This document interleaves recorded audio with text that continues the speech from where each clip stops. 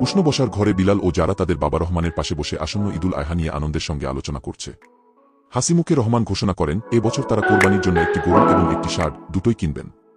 Rahman laptop খুলে পরিবারের budget হিসাব করতে শুরু করেন। সবাই মিলে ঠিক করে তারা একটি শক্তিশালী সাদা ষাঁড় এবং শান্ত স্বভাবের সুস্থ বাদামি গরু খুঁজবে।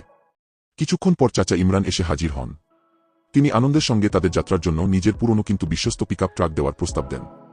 হাটে যাওয়ার আগের রাতে বিলাল উঠান পরিষ্কার করে এবং গোয়ালঘরে নতুন খড় বিছিয়ে দেয়।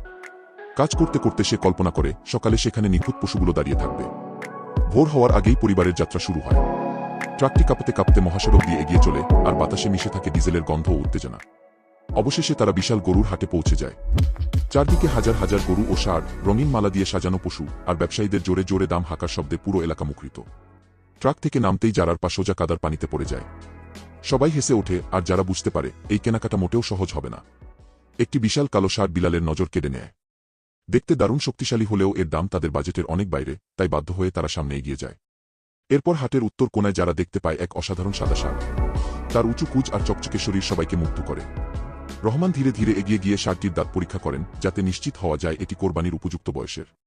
পরীক্ষায় পশুটি ঠিকঠাক পাশ করে যায়। কিন্তু বিক্রেতা করিম, একজন কঠোর স্বভাবের ব্যবসায়ী, অসম্ভব বেশি দাম দাবি করে বসে। তিনি একটুও কমাতে রাজি নন।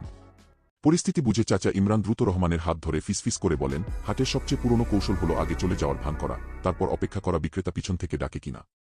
ভিডিওর পরবর্তী অংশের জন্য অপেক্ষা